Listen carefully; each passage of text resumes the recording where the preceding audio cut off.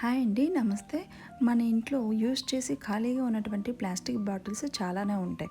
వాటితో ఏం చేయాలో అర్థం కాక పడేస్తూ ఉంటాం. అలా పడేయడం వల్ల ప్లాస్టిక్ ఎక్కువైపోయి భూమిలో కలవడం చాలా కష్టమవుతుంది. అలా కాకుండా వీటితో ఎలా రీయూజ్ చేసుకోవచ్చు కొన్ని ఐడియాస్ చెప్తాను ఈ వీడియోలో.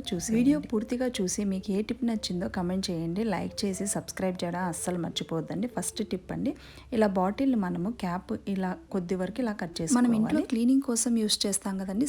స్టీల్ స్క్రబ్ ఉంటాయి కదా, అవి డైరెక్ట్గా యూజ్ చేస్తే చేతులు మంట పుడుతూ ఉంటాయి.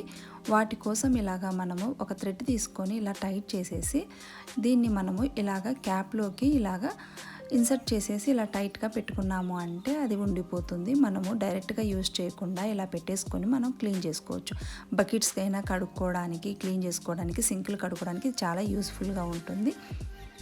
ఇది యూజ్ చేసిన తర్వాత హ్యాంగ్ చేసుకోవడానికి కూడా ఉంది. ఇలా టై చేసుకోవచ్చు అన్నమాట. నెక్స్ట్ టిప్ అండి, ఒక బాటిల్ తీసుకున్నాను, నేను చూపిస్తున్నాను కదండి. ఇలాగ మార్క్ చేసుకోవాలి. పైన మూత కొద్దిగా కిందగా ఇలాగా, అలాగే ఇలాగ కిందికి కూడా ఇలా 2 లైన్స్ ఒక 1/2 ఇంచ్ గ్యాప్తో ఇలాగ డ్రా చేశాను.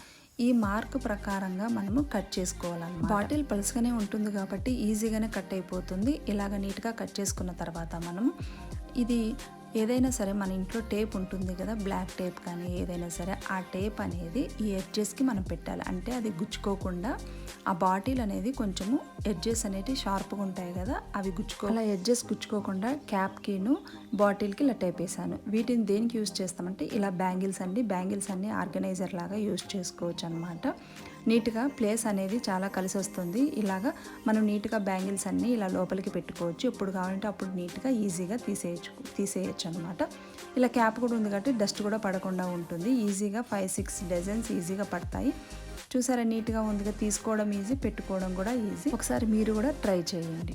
నెక్స్ట్ టిప్, ఇలా బాటిల్ తీసుకొని ఈ పేపర్ తీసేసాము అంటే నీట్గా ఉంటుంది. చూసారా, ఇలా నేను మార్క్ చేస్తున్నాను కదా, ఇలా పైన కొద్దిగా క్యాప్ కంటే కొద్దిగా కిందగా ఇలా మనం నీట్గా అంతా మార్క్ చేసుకోవాలి. అదేవిధంగా కింద కూడా ఒక 3 ఇంచెస్ కిందగా ఉండేలాగా మనం ఇలా మార్క్ చేసుకొని నీట్గా ఇలా కట్ చేసుకోవాలి. ఇలా 2 సైడ్స్ కట్ చేసిన తర్వాత ఇలాగా మనకు ఆ సెంటర్లోది ఏం అవసరం లేదండి. ఈ క్యాప్ సైడును కింద బాటమ్ సైడు 2 ఉన్నాయి కదా, ఇలా కలిపామంటే ఒక బాటిల్ చిన్న కంటైనర్ లాగా ఉంది. చూసారా ఎంత నీట్గా ఉందో.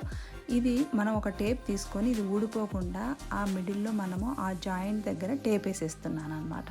ఆ టేప్ వేస్తే మనకు ఎలాగైనా ఇలా కదలకుండా స్టిఫ్గా ఉండిపోతుంది. ఇప్పుడు దీనిలో మనకు కావాల్సినటువంటి ఏదైనా సరే ఈ సెంటర్లో మనం జాయిన్ చేసిన కనపడకుండా ఒక డిజైన్ వేసాను. ఇందులో మనం స్టోరేజ్ లాగా యూజ్ చేసి బాగుంది కదండి. ఇంకా నెక్స్ట్ టిప్ అండి, ఇలాగ ఒక బాటిల్ తీసుకున్నాను, పైన కవర్ తీసేసి ఇలా మార్క్ చేసిన విధంగా కింద సైడ్ అంతా ఇలా కట్ చేస్తున్నాను. నీట్గా ఇలా కట్ చేసుకున్నాము అంటే ఇంకా ఇలాగ వస్తుందన్నమాట.